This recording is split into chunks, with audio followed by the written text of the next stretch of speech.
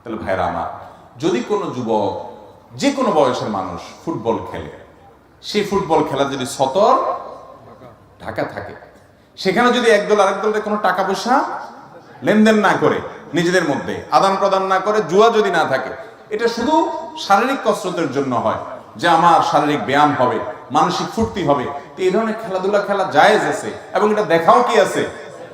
কিন্তু টেলিভিশনে যে খেলা আপনি দেখেন, সেখানে শুধু খেলাও দেখেন না আরো কিছু দেখেন, বরং খেলার চাইতে অখেলাই, এরপরে সেখানে আপনি সতর উন্মুক্ত করা হয়, সেটি দেখতে হয় আপনাকে, হারামের দিকে দৃষ্টিপাত করতে হয় আপনাকে, সেটা আপনার সালাত থেকে আপনার মনোযোগ নষ্ট করে দেয়।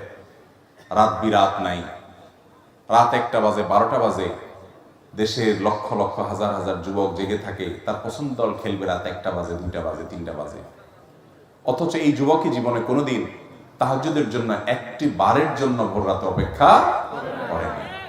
কি জবাব হবে আল্লাহর কাছে?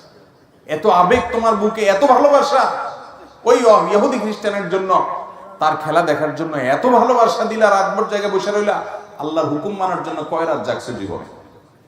কোন মুখ আছে ভাইরা আমার? অতএব এই খেলাধুলা জায়েজ আছে, এইভাবে বিনোদন করলে সেটা জায়েজ আছে এবং এটা দেখাও জায়েজ আছে। আমরা ইসলামটাকে শুষ্ক মনে না করি যে ইসলামে কোনো বিনোদন নাই, হাসি নাই, আনন্দ নাই, সবকিছু আছে ভাই, সবকিছু আছে। পুলসিরাত, জান্নাতের দিকে এক ধাপ।